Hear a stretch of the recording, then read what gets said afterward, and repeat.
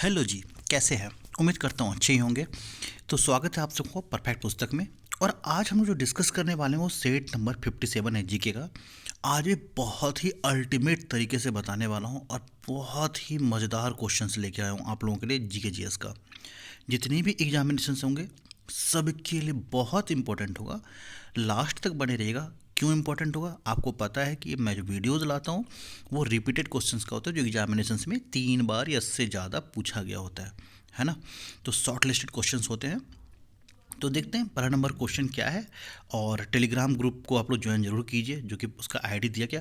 और हाँ, 57 में से कोई ग्रुप अगर वीडियो मिस हो गया या आप फिर से देखना चाहते हैं, प्लेलिस्ट का लिंक हमने डिस्क्रिप्शन में दे दिया है। आप एक एक वीडियो को देख सकते हैं। चलिए आते हैं क्वेश्चन नंबर 1 पर। भारतीय नागरिकों को कितने अधिकार मौलिक अधिकार प्राप्त हैं? जो भारत के नागरिक हैं, सिटीजन्स हैं, उनको कितने तरह के मौलिक अधिकार प्राप्त हैं? ऑप्शन क्या क्या वो देखिए। ऑप्शन है 5, 6, 8 और 9।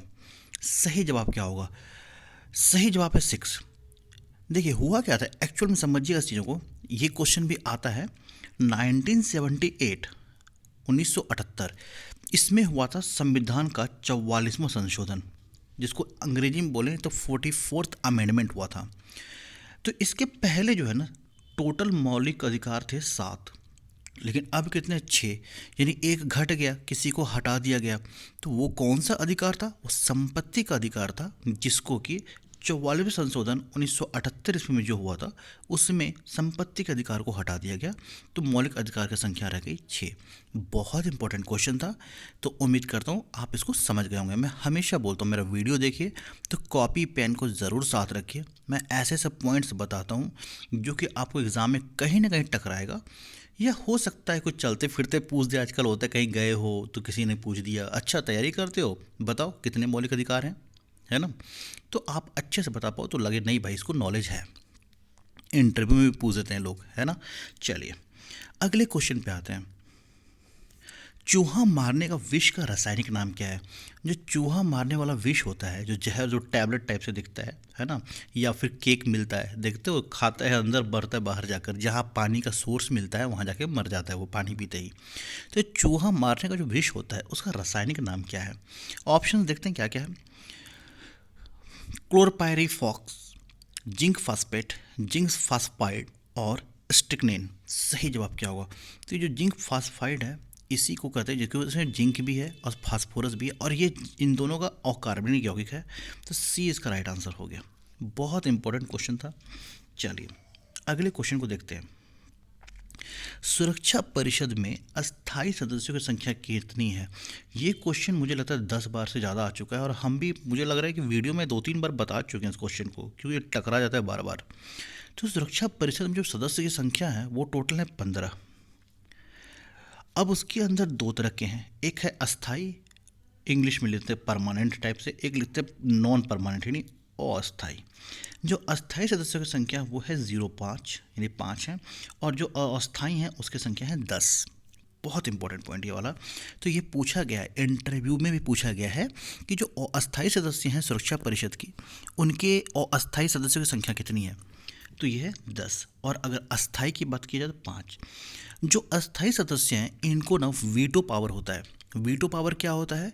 वीटो पावर वो होता है कि आपके पास अगर कोई चीज़ ऐसा है जो डिसीजन लेना है लेकिन आपको पसंद नहीं आ रहा या आप नहीं चाहते हो, है ना, तो उसको आप अपने पास रख के ख़त्म कर सकते हो।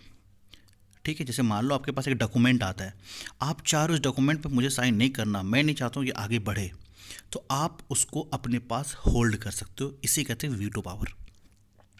तो जो सुरक्षा परिषद है इसका वीटो पावर किसके कितने लोगों के पास है? 5 सदस्यों के पास है।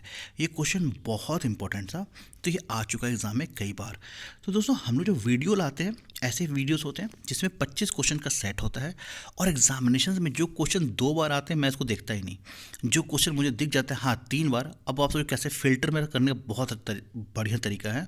और हम अकेले काम नहीं करते, मेरे नीचे 2-3 बंदे काम करते हैं जो कि ऐसे क्वेश्चन ढूंढ ढूंढ के निकालते हैं। ठीक है, तो आप लोग जब एग्ज़ाम में बैठोगे ना बहुत मज़ा आएगा आपको। और दूसरा, बताता हूँ भी इतने अच्छे से हूँ तो कैसे आप छोड़ोगे क्वेश्चन को, है ना कहीं तो टकराएगा, कैसे न कैसे का टकराएगा। तो हम लोग का जो वीडियो आता है मंडे, वेडनेसडे और थर्सडे, फ्राइडे। सोमवार, बुधवार और शुक्रवार को आता है रात के 8:30 बजे। आज है सोमवार, अगला वीडियो कब आएगा? परसों यानी वेडनेसडे को रात के 8:30 बजे।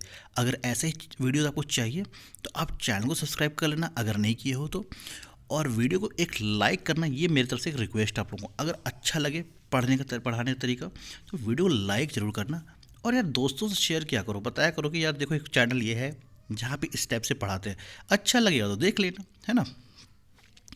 किस खेल में फ्री थ्रो दिया जाता है? क्वेश्चन एक और भी आता है कि किस खेल में फ्री थ्रो शब्द का यूज़ होता है।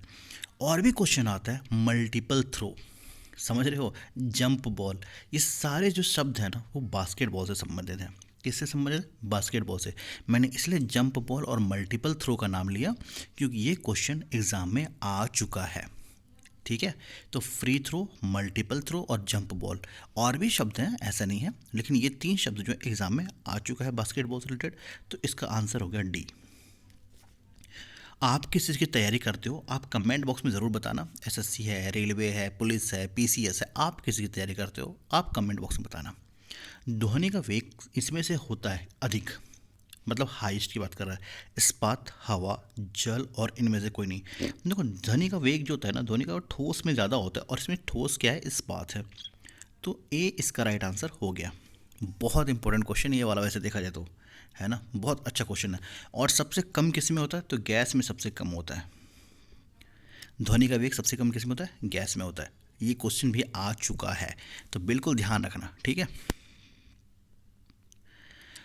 बहुत important question, very very important question, ये क्वेश्चन बहुत बड़ा है। संसद जननी किसे कहा जाता है? यानी कहाँ की संसद को संसद जननी कहा जाता है? जननी क्या होता है? जनन करने वाली, जैसे माता, है ना। तो कहाँ की संसद को संसद जननी कहा जाता है? अमेरिका की संसद, ब्रिटेन, भारत की संसद या जापान की संसद? सही जवाब क्या होगा? सही जवाब है ब्रिटेन की संसद। बी आंसर हो गया। ब्रिटेन के संसद को ही संसद जननी कहा जाता है, क्योंकि जो लोकतांत्रिक प्रणाली होती है ना, तो लोकतांत्रिक प्रणाली की शुरुआत करने वाला कौन है? ब्रिटेन का संसद है। जो पहला लोकतांत्रिक प्रणाली की शुरुआत हुई थी वो थी ब्रिटेन की संसद से। अच्छा, ब्रिटेन of संसद को क्या बोलते हैं? जैसे भारत की संसद को पार्लियामेंट बोलते हैं, जापान के संसद को डायट बोलते हैं, है ना। उसी तरह से ब्रिटेन के संसद को क्या बोलते हैं? ये क्वेश्चन आ चुका है, तो बोलते हैं इसको हाउस ऑफ कॉमन्स। क्या बोलते हैं? House of Commons. ये क्वेश्चन भी आ चुका है, लिख लीजिएगा, बहुत इंपॉर्टेंट क्वेश्चन था ये वाला, ठीक है। Coming to question number 7, Bharat किस खनिज का सबसे बड़ा उत्पादक देश है? भारत जो है कौन सा खनिज है जिसका सबसे बड़ा उत्पादक है? कोयला, लोहा, अब्रक, बॉक्साइट? सही जवाब क्या है? अब्रक। अब्रक का सबसे बड़ा उत्पादक है भारत में, बहुत ज़्यादा। आप कमेंट बॉक्स में बताइएगा कि अब्रक सबसे ज़्यादा भारत में कहाँ होता है, ये आप कमेंट बॉक्स में बताइएगा। नेक्स्ट क्वेश्चन पे आते हैं। देश बंधु की उपाधि किसके साथ संबंधित है? इसको भी समझिएगा, थोड़ा सा इंटरेस्टिंग है। तो देश बंधु की उपाधि महात्मा गांधी, सुरेंद्र नाथ बनर्जी, लाला लाजपत राय, चित्तरंजन दास। तो देश बंधु जो है ना, चित्तरंजन दास को बोला जाता है। अब थोड़ा इनके बारे में जानते हैं। हुआ क्या था कि महात्मा गांधी ना चित्तरंजन दास के ना बहुत ही अच्छे और बहुत ही करीबी दोस्त थे, और इनसे बड़ा ही प्रभावित रहते थे। किनसे? चित्तरंजन दास से। कौन? तो महात्मा गांधी। तो इन्होंने ही इनको महान आत्मा का नाम दिया। किसको? चित्तरंजन दास को। किसने दिया था? महात्मा गांधी ने। क्या बोला था? महान आत्मा। और जब महान आत्मा, और इन्होंने बहुत अच्छे अच्छे काम भी किए, तो जब देखा कि गांधी जी ने इनको महान आत्मा बोला है और इतने अच्छे काम कर रहे हैं, तो इस चीज़ को देखते हुए इन लोग, यहाँ के जो नागरिक हैं, इन्होंने इनको देश बंधु बोल दिया। समझ में आ गया? तो किसके संबंधित देश बंधु? चित्तरंजन दास, CR दास। डी इसका राइट आंसर हो गया। है ना इंटरेस्टिंग कहानी ये वाला। चलिए क्वेश्चन नंबर 9 पर आते हैं। विश्व स्वास्थ्य दिवस कब मनाया जाता है? वर्ल्ड हेल्थ डे कब मनाया जाता है? 11 अप्रैल, 5 नवंबर, 7 अप्रैल, 16 जनवरी? हर साल 7 अप्रैल को विश्व स्वास्थ्य दिवस मनाया जाता है। सी इसका राइट आंसर हो गया। अलमाटी बांध किस नदी पर बना है? अलमाटी बांध किस नदी पर बना है? तुंगभद्रा, कृष्णा, ताप्ती और महानदी? अलमाटी बांध किस नदी पर बना है? तो ये सही जवाब है कृष्णा, ठीक है, कृष्णा नदी पर बना है। तो कृष्णा नदी पर ये बांध बनता है। उसके बाद क्या है, ये कहाँ पर है, कृष्णा नदी पे तो हो गया, तो ये है नॉर्थ कर्नाटका। नॉर्थ कर्नाटका मतलब उत्तरी कर्नाटका में। ठीक है, चलो अगले क्वेश्चन पे आते हैं। किस देश को स्वर्ण भूमि कहा जाता है? बहुत इंपॉर्टेंट क्वेश्चन, जबरदस्त क्वेश्चन ये वाला। किस देश को स्वर्ण भूमि कहा जाता है? स्वर्ण मतलब क्या था, सोना। ठीक है, अब कहीं कहीं आपको मिलेगा स्वर्ण पगोडा, स्वर्ण पगोडा ये भी मिलेगा। तो किस देश को स्वर्ण पगोडा कहते हैं? मलेशिया है, भूटान है, थाईलैंड और म्यांमार। चार ऑप्शंस हैं, सही जवाब क्या होगा? तो म्यांमार को स्वर्ण पैगोडा बोलते हैं, ये स्वर्ण भूमि बोलते हैं। ऐसा क्यों हुआ है? ऐसा इसलिए है कि जो 11वीं से 13वीं शताब्दी हुई थी ना, तो यहाँ जो भी राजा आए थे उन्होंने काफ़ी सोने के मंदिर बनवाए। ठीक है, बहुत सारे सोने के मंदिर बनवाए, इसलिए म्यांमार को भूमि या स्वर्ण पगोडा के नाम से भी जाना जाता है। अगले क्वेश्चन पे आते हैं। भारत और श्रीलंका को कौन अलग करता है? भारत है ये, सॉरी माफ़ कीजिएगा, ये भारत का मैप है मान लो, जो भी है इस टाइप से। ठीक है, और नीचे इस साइड थोड़ा सा श्रीलंका है, बीच में क्या है, पूरा वाटर का बना पड़ा है, पानी है, महासागर जिसको कहते हो। तो यही तो अलग करता है ना। तो ये कहता है इसका नाम क्या है? तो इसका नाम है जल डमरूमध्य। कौन सा? पाक जल डमरूमध्य, और इसको बोलते हैं पाक जल संधि, ये भी नाम इसका है। तो 20 का राइट आंसर हो गया। किसी राज्य की विधानसभा के अधिकतम सदस्य कितने हो सकते हैं? बहुत इंपॉर्टेंट क्वेश्चन है, वेरी वेरी इंपॉर्टेंट क्वेश्चन है कि किसी राज्य का जो विधानसभा है उसके अधिकतम सदस्य कितने हो सकते हैं? 500, 248, 60 और 426। तो कोई भी जो राज्य है उसकी विधानसभा की बात कर रहा, तो राज्य का जो विधानसभा है उसमें मैक्सिमम जो सीट्स हो सकते हैं वो 500 हो सकते हैं सदस्य। ठीक है, और न्यूनतम की बात करें तो 60 होना ही चाहिए, ये भी क्वेश्चन में आता है। तो मैक्सिमम 5 पूछा है, तो ये आप इसका आंसर कितना लगाएंगे? 500। अब सबसे ज़्यादा कहाँ पर है? तो सबसे ज़्यादा यूपी में है, और वो कितना है? 404 है। सबसे ज़्यादा विधानसभा की सीट कहाँ पर है? ये उत्तर प्रदेश में है, और वो कितना है? 404। ये क्वेश्चन कई बार आ चुका है। तो विधानसभा की जो न्यूनतम सीट की संख्या होती है वो 60 होती है, और अधिकतम 500 हो सकती हैं, ये रूल है। अगले क्वेश्चन पे आते हैं। भारत का प्रथम आम चुनाव किस वर्ष किया गया था? भारत में प्रथम आम चुनाव जो हुआ था वो कब हुआ था? 48, 49 में, 1947, 48, 1951, 1952 में, और 1953 और 1954 में। तो जो भारत का प्रथम आम चुनाव हुआ था 51-52 में हुआ था, सी इसका राइट आंसर हो गया। और जो एक क्वेश्चन और आता है एग्जाम में, कई बार आ चुका है, कि जो भारत के प्रथम मुख्य चुनाव आयुक्त थे वो कौन बने थे? तो ये क्वेश्चन भी आपको कई बार मिला ही होगा, सुकुमार सेन का नाम मिला होगा। जो एग्जाम में कई बार देखा कि आपने सेट मारा हो तो देखा भी होगा सुकुमार सेन के बारे में, कि मुख्य चुनाव आयुक्त, भारत के प्रथम मुख्य चुनाव आयुक्त कौन थे? तो सुकुमार सेन थे। इनकी नियुक्ति कब हुई थी? तो इनकी नियुक्ति हुई थी मार्च 1950 को। क्लियर हो गया? बहुत इंपॉर्टेंट क्वेश्चन था ये वाला। The east India railway company की स्थापना कब हुई थी? कहाँ हुई थी? The east India railway company, इसकी स्थापना कहाँ हुई थी? कब हुई थी? सॉरी, 1844, 1850, 1845, 1842। तो इसकी स्थापना हुई थी 1845 ईस्वी में। नैसर्गिक का अधिकार क्या है? नैसर्गिक अधिकार सिद्धांत का प्रतिपादन किसके द्वारा किया गया था? क्या है नैसर्गिक का अधिकार सिद्धांत? नैसर्गिक अधिकार सिद्धांत वो है जो किसी भी किसी व्यक्ति के अधिकार की बात करता है, कि उनका अधिकार है, आप उनको उसके अधिकार से वंचित नहीं कर सकते। ये होता है नैसर्गिक का अधिकार। तो इस सिद्धांत को किसने बनाया था? सिद्धांत को बनाया था लॉक ने। 20 का आंसर है। और ये सीजीएल का बहुत प्यारा क्वेश्चन है, क्वेश्चन देखा गया सीजीएल में बहुत बार। मानसरोवर झील कहाँ स्थित है? मानसरोवर झील कहाँ स्थित है?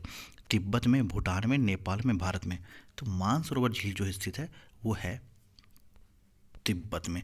और इसका दूसरा नाम क्षीर सागर भी है। क्या है? क्षीर सागर, क्षीर सागर भी बोलते हैं इसको। किस देश ने सबसे पहले सिविल सेवा के लिए प्रतियोगिता परीक्षा शुरू की थी? ये क्वेश्चन आपने कई बार देखा होगा एग्जाम में।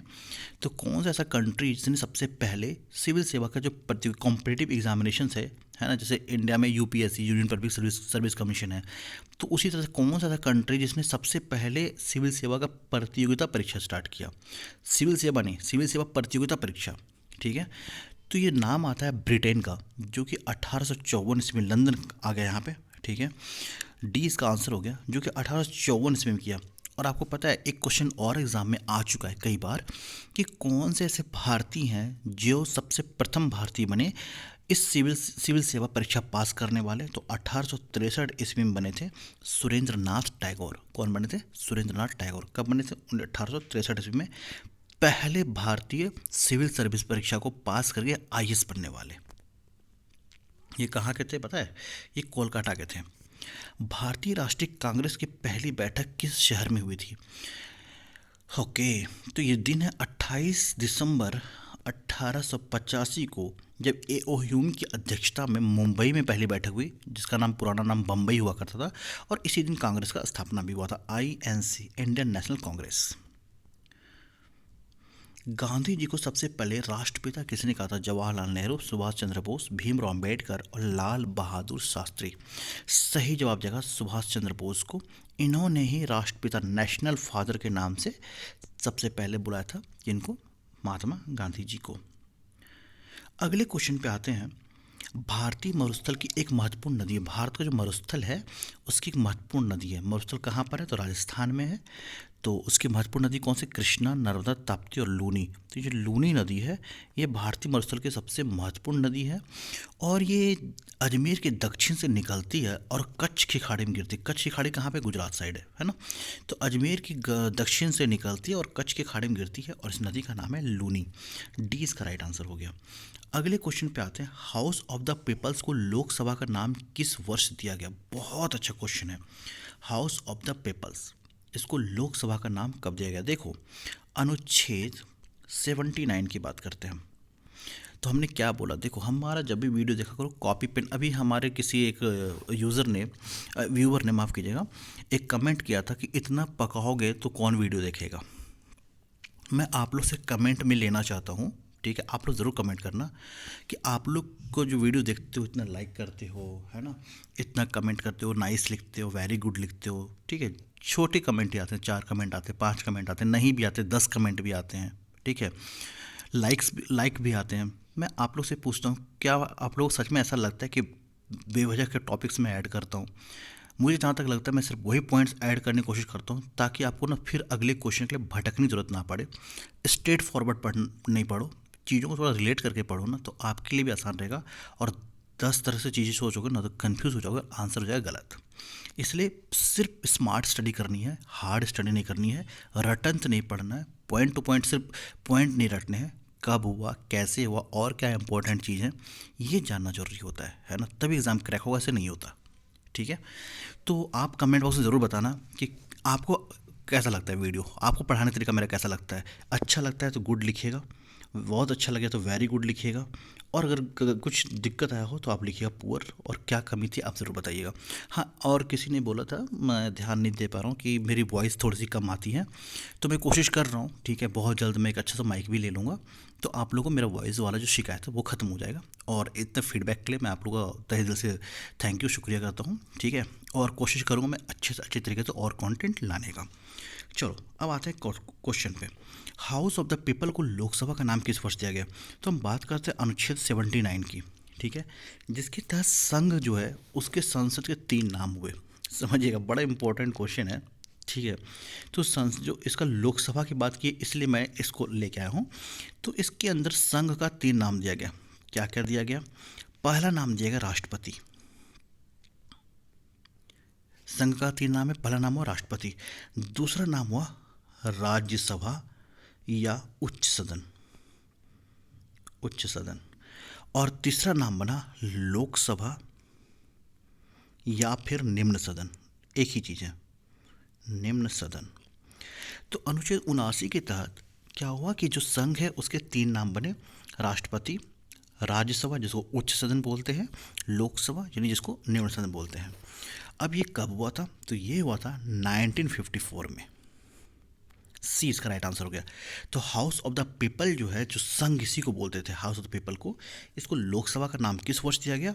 तो 1954 में। समझ में आ गया? चलिए क्वेश्चन नंबर 3 पर आते हैं, 23 पर आते हैं। कौन सा अक्रिय गैस यौगिक बना सकती है? क्या होता है अक्रिय गैस? अक्रिय गैस वो गैसेस होते हैं जो कि केमिकल रिएक्शन, जो रासायनिक अभिक्रिया होता है उसमें भाग नहीं लेते। नॉट। किसमें? केमिकल रिएक्शंस में भाग नहीं लेते। वैसे गैस जो कि केमिकल रिएक्शंस में भाग नहीं लेते उसको ऑक्री गैस बोलते हैं और वो हमेशा मुक्त होते हैं। जैसे ऑक्सीजन की बात कर लो, क्या करता है वो? ऑक्सीजन रिएक्शन करता है ना, जलाने करता है, या हाइड्रोजन के साथ मिल जाता है तो पानी बना देता है ना। कार्बन के डाइऑक्साइड के साथ मिलता है तो कार्बन डाइऑक्साइड बनाता है। तो ये क्या केमिकल रिएक्शन में भाग ले रहा है ना, तो ये ऑक्री गैस नहीं हुआ। समझ में आ गया? इसी तरह से कोई ऐसा गैस जो कि केमिकल रिएक्शन में भाग नहीं लेता है उसको हम लोग ऑक्री गैस बोलते हैं। तो 6 प्रकार के ऑक्री गैस है, वो कौन कौन से हैं नाम लिख लीजिए आप। हीलियम है, नियॉन है, आर्गन है, क्रिप्टॉन है, जेनॉन है, रेडॉन है। तो जेनॉन, हीलियम, आर्गन, यह 3 तो हाइड्रोजन ऑक्री गैस में नहीं आता क्योंकि ये रासायनिक क्रिया में भाग लेता है। जल को ही ले लो तो H2O बनता है ना, तो ये क्या रासायनिक प्रक्रिया में भाग ले रहा है तभी तो जल बना, तो ये तो होगा नहीं। तो जीनॉन, हीलियम और आर्गन, यह 3 तो हो गया।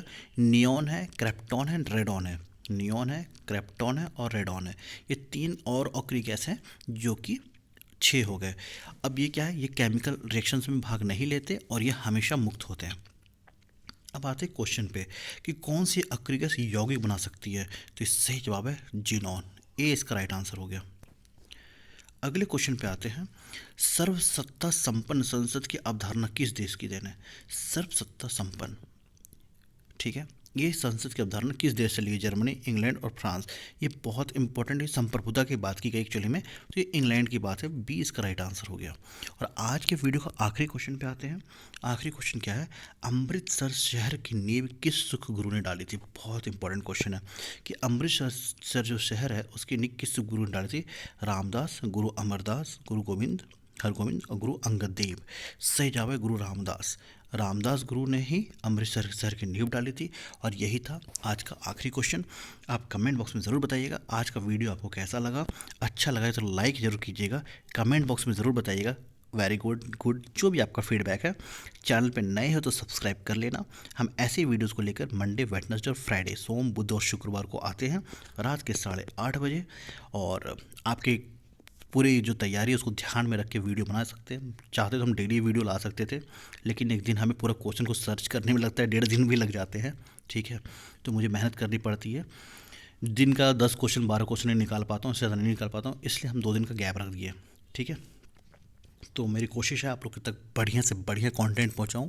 बस जुड़े रहिए परफेक्ट पुस्तक के साथ। दोस्तों शेयर ज़रूर कीजिएगा, अच्छा लगे तो लाइक कीजिएगा, नए हैं तो सब्सक्राइब कर लीजिएगा और शेयर ज़रूर कीजिएगा, ठीक है। चलिए मिलते हैं अगले वीडियो में बुधवार को सेम टाइम 8:30 बजे। तब तक के लिए अपना ख्याल रखिए, तैयारी करते रहिएगा। जय हिंद, जय भारत, वंदे मातरम।